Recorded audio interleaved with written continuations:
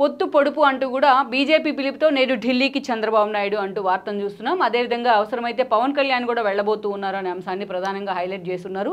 నిన్న దానిలో భాగంగానే అటు బీజేపీతో పాటు ఇటు జనసేనకి ఎక్కడెక్కడ సీట్లు అడ్జస్ట్ చేయాలి అనే అంశానికి సంబంధించి నిన్న పవన్ కళ్యాణ్ స్వయంగా చంద్రబాబు నివాసానికి వచ్చున్నారు. ఆయన ఎదురొచ్చి మరీ పవన్ కళ్యాణ్ తీసుకొని వెళ్ళారు. సీట్ల పంపకాలకు సంబంధించి వాళ్ళిద్దరూ కూడా చాలా కీలక కామెంట్స్ కూడా చేస్తున్నారు. కొన్ని అంశాల మీద అయితే చర్చ జరిగింది. వాటిని కూడా ఇక్కడ ఆంధ్రజ్యోతి హైలైట్ చేసే ప్రయత్నం జరిగింది. జనసేన సీట్ల ఖరారు ఆల్రెడీ మనం చూసినట్లయితే మొన్న ఎప్పుడైతే 175 స్థానాలకు సంబంధించి కేవలం 94 సీట్లు టీడీపీ అభ్యర్థులను ప్రకటించింది. అదేవిధంగా చూసినట్లయితే పవన్ కళ్యాణ్ 5 సీట్లు మాత్రమే ప్రకటించారు. రెండు పార్టీలు కలిసి 99 స్థానాలకే సీట్లను ప్రకటించున్నారు 1 వీక్ బ్యాక్.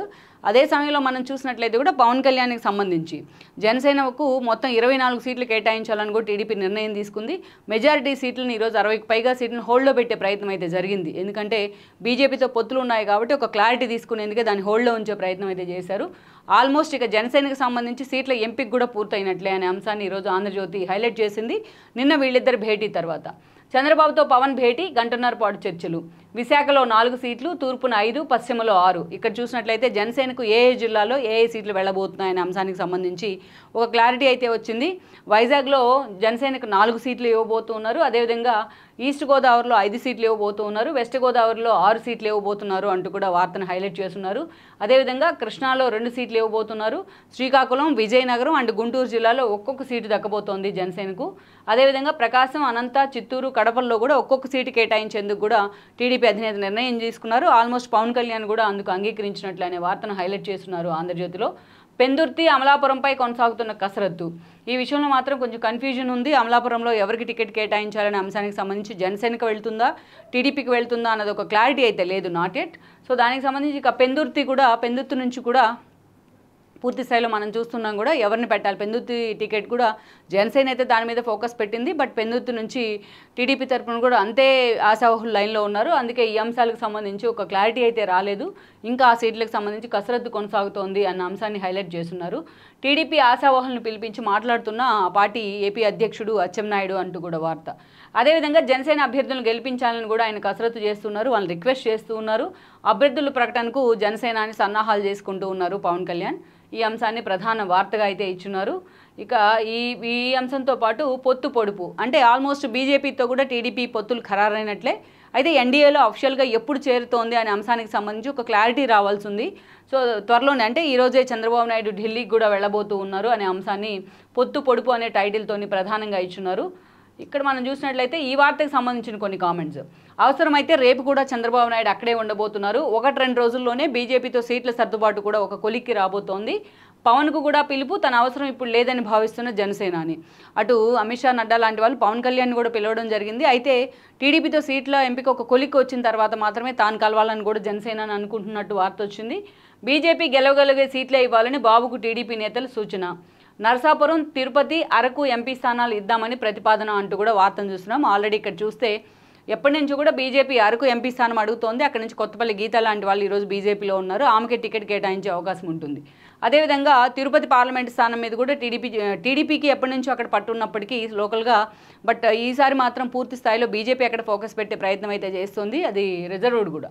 అదేవిధంగా నర్సాపురం ఆల్రెడీ వైసీపీ నుంచి రెబల్ ఎంపీగా రఘురామకృష్ణరాజు ఉన్నారు. ఆయన అటు జనసేన టీడీపీ ఉమ్మడి అభ్యర్థిగా నేను పోటీ చేయబోతున్నానంటూ ఎప్పటి నుంచో ప్రకటిస్తూ వస్తున్నారు. ఈవెన్ బీజేపీకి ఆ సీటు కేటాయించినా ఏ పార్టీ ఏదైనా ప్రతిపక్షాల్లో పోటీ చేసేది నేనే అంటూ కూడా ఆయన అంత ధీమాతో ఉన్నారు. సో ఈరోజు నర్సాపురం టికెట్ బీజేపీ ఖాతాలోకి వెళ్ళినా బీజేపీ ఆయనకే, రఘురామకృష్ణరాజుకే ఆ టికెట్ కేటాయించే అవకాశం అయితే ఉంటుంది. ఈ అంశాన్ని కూడా అంటే నర్సాపురం, తిరుపతి, అరకు ఈ 3 ఎంపీ స్థానాలను బీజేపీకి కేటాయించే అవకాశం ఉందనేది ఒక వార్త అయితే, బట్ అటు రాజమండ్రితో పాటు ఏలూరు, రాజంపేట టికెట్ కూడా అడుగుతోంది బీజేపీ అనే వార్తను కూడా ఇక్కడ హైలైట్ చేస్తున్నారు. మొత్తం 5 సీట్లు కోరుతోంది. అంటే నర్సాపురం, తిరుపతి, అరకు, రాజమండ్రి, ఏలూరు, రాజంపేట వీటన్నిటిలో 5 సీట్లు బీజేపీకి ఇచ్చే అవకాశం ఉంది టీడీపీ అనే వార్త అయితే చూస్తున్నాం. అదేవిధంగా ఇక్కడ చూస్తే తిరుపతి సీటు విషయంలో మాత్రం నెగోషియేషన్ జరుగుతోంది జనసేనకు టీడీపీకి మధ్య. అందుకే మిగతా 5 స్థానాల్లో మ్యాక్సిమం మనం బీజేపీకే ఇచ్చే అవకాశాలు అయితే స్పష్టంగా కనిపిస్తున్నాయి. రాజమండ్రి నుంచి ఏదైతే పురంధరేశ్వరి ఏపీ బీజేపీ అధ్యక్షురాలుగా ఉన్న పురంధరేశ్వరిని రాజమండ్రికి పంపించే అవకాశం ఉందని కూడా లీకులు ఉన్నాయి. బట్ ఏలూరు సీటు విషయంలో కూడా కొంత ప్రతిష్టంభన అయితే ఉంది. మరి బీజేపీకి ఎంతవరకు కేటాయిస్తారనేది మనం చూడాలి. బట్ రాజంపేట సహా 5 సీట్లు కోరుతున్న బీజేపీ, రాజంపేట మాత్రం ఆల్రెడీ ఉమ్మడి రాష్ట్రానికి చివరి ముఖ్యమంత్రిగా చేస్తున్నారు నల్లారి కిరణ్ కుమార్ రెడ్డి. ఆయన బీజేపీలో ఉన్నారు. వైసీపీ వైపు నుంచి చూసినట్లయితే పెద్దిరెడ్డి రామచంద్రారెడ్డి ఉన్నారు. ఈరోజు కిరణ్ కుమార్ రెడ్డికి టికెట్ కేటాయించేందుకు బీజేపీ రాజంపేట టికెట్ని కూడా అడుగుతూ వస్తోంది. లెట్స్ సీ మరి ఎన్ని సీట్లు ఫైనలైజ్ చేస్తారు ఈరోజు చంద్రబాబు నాయుడు అనేది ఈరోజు ఈవినింగ్ కల్లా ఒక క్లారిటీ అయితే వచ్చే అవకాశం అయితే ఉంటుంది. ఇక అసెంబ్లీ స్థానాలకు సంబంధించి 11 అసెంబ్లీ స్థానాలు కూడా చంద్రబాబుతో అవగాహన కుదిరితే రేపో ఎల్లుండో అభ్యర్థుల ఖరారు కూడా బీజేపీ అధిష్టానం చేయబోతోంది. దాదాపు 11 అసెంబ్లీ స్థానాలు అడుగుతోంది. మరి ఈ విషయం మీద చంద్రబాబు నాయుడు అటు అమిత్ షాతో ఎలాంటి నెగోషియేషన్ చేస్తారనేది కూడా మనం చూడాలి. అదేవిధంగా చూసినట్లయితే ఎన్డీఏలో టీడీపీ చేరిక కూడా హస్తినలో ఏపీ బీజేపీ నేతలతో నడ్డా అమిత్ షా చర్చలు అంటూ కూడా మనం చూస్తున్నాం. ఎన్డీఏలో టీడీపీ చేరిక కూడా ఓన్లీ టికెట్ల ఖరారు అంశమే కాదు, బీజేపీ టీడీపీ మధ్య పొత్తులు కుదిరాయి అనే దానికి ఎండార్స్గా ఒక ప్రకటన కూడా రాబోతోంది. అవసరమైతే ఎన్డీఏలో టీడీపీ చేరిక కూడా అఫిషియల్ అనౌన్స్మెంట్ కూడా రాబోతోంది. అందుకనే ఏపీ బీజేపీ నేతలను పిలిపించుకొని మరి కూడా అమిత్ షా నడ్డా మాట్లాడబోతూ ఉన్నారు అనే అంశాన్ని ప్రధానంగా హైలైట్ చేస్తున్నారు. ఇక్కడే టికెట్ల ఎంపికకు సంబంధించి, టికెట్ల ఖరారుకు సంబంధించి ఈ వార్తలో భాగంగానే మరో అంశాన్ని కూడా హైలైట్ చేస్తున్నారు.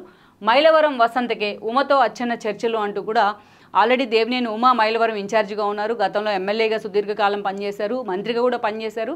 అయితే వసంత్ అక్కడి నుంచి గత ఎన్నికల్లో ఆయన ఓడించి ఎమ్మెల్యే కావడం జరిగింది. అలాంటి వసంత కృష్ణ ప్రసాద్ ఈరోజు తిరుగుబాటు చేసి జగన్మోహన్ రెడ్డి మీద టీడీపీ జెండా కప్పుకునే ప్రయత్నం చేస్తున్నారు.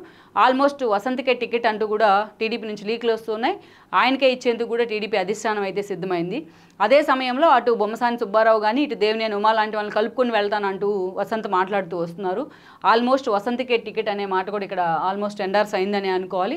అందుకే దేవినేని ఉమాకు బుజ్జగింపుల పర్వం జరుగుతూ వస్తుంది అటు అచ్చెన్న వైపు నుండి ఇటు చంద్రబాబు వైపు నుంచి. మరి ఆయన ఎక్కడ పెనమలూరు లాంటి చోటుకు పంపిస్తారని ఒక వాదన అయితే వినిపిస్తోంది. చూడాలి మరి ఏం జరుగుతుందో. పి గన్నవరం నుంచి వైదొలిగిన మహాసేన రాజేష్. ఇక్కడ చూసినట్లయితే పి గన్నవరం టికెట్ను మొన్నటికి మొన్న ఎప్పుడైతే ఫస్ట్ లిస్ట్ని అనౌన్స్ చేసేటప్పుడు రాజేష్ మహాసేన్కి అనౌన్స్ చేయడం జరిగింది చంద్రబాబు నాయుడు. ఎప్పుడైతే రాజేష్ మహాసేన్కి ఆ టికెట్ని అనౌన్స్ చేస్తున్నారో ఆ రోజు నుంచి కూడా అక్కడ స్థానికంగా అటు జనసేన కానీ కొంత లోకల్గా ఉన్న టీడీపీ క్యాడర్ కానీ తీవ్ర అసంతృప్తిలో ఉంది. దానికి తోడు ఆయన సోషల్ మీడియా ఇన్ఫ్లుయెన్సర్ కూడా సోషల్ మీడియా పేరుతో మహాసేన పేరుతో ఆయన ఎప్పుడు కూడా సోషల్ మీడియాలో అప్డేట్ ఇస్తూ ఉంటారు, పలు అంశాల మీద అనలైజ్ చేస్తూ ఉంటారు. అలా పాపులర్ అయ్యారు. సో అలాంటి రాజేష్కు టికెట్ ఇవ్వడం జరిగింది టీడీపీ. అయితే అక్కడ స్థానికంగా ఉన్న అటు జనసేన ఇటు టీడీపీ నేతలంతా కూడా ఈ అంశాన్ని చాలా తీవ్రంగా వ్యతిరేకించి ఉన్నారు. గతంలో ఆయన చేసిన వీడియోల మీద కూడా కొన్ని వీడియోస్ చేస్తున్నారు ఆయన. ఆ వీడియోల మీద కూడా అటు బీజేపీ నేతలు ఆ వీడియోలను కూడా వైరల్ చేస్తూ రాజేష్ మహాసేన టార్గెట్ చేసే ప్రయత్నం చేశారు. ఆయన తప్పుకుంటానని ప్రకటన చేయడం, టీడీపీ అధినేత చంద్రబాబు నాయుడు బుజ్జగించే ప్రయత్నం చేయడం, ఇలా ఒక టార్గెటెడ్గా ఉంటూ వస్తున్నారు ఆయన గత వారం రోజులుగా. సో ఎట్టకేలకైతే పి గన్నవరం నుంచి తను తప్పుకుంటున్నట్టు కూడా ఒక నిర్ణయం తీసుకున్నారు. పార్టీ కూడా ఆల్మోస్ట్ ఆమోదించినట్లే అనుకుంటాను ఈ వార్తను. సో ఓవరాల్గా ఈ ఇష్యూని హైలైట్ చేస్తున్నారు. ఇక ఎచ్చెర్లలో కళాకు వర్గపోరు, గంటాకు చీపురుపల్లె. ఎచ్చెర్ల విషయంలో మాత్రం అక్కడ స్థానికంగా 2-3 నేతలు రేస్లో ఉన్నారు. కళా వెంకట్రావు లాంటి అతను ఎప్పటి నుంచో కూడా సీరియస్గా అక్కడ రేస్లో ఉన్నారు, అధ్యక్షుడిగా కూడా పనిచేశారు. బట్ అక్కడ గొర్రె కిరణ్ ఉన్నారు వైసీపీ నుంచి ఎమ్మెల్యేగా, లోకల్ ఎమ్మెల్యేగా.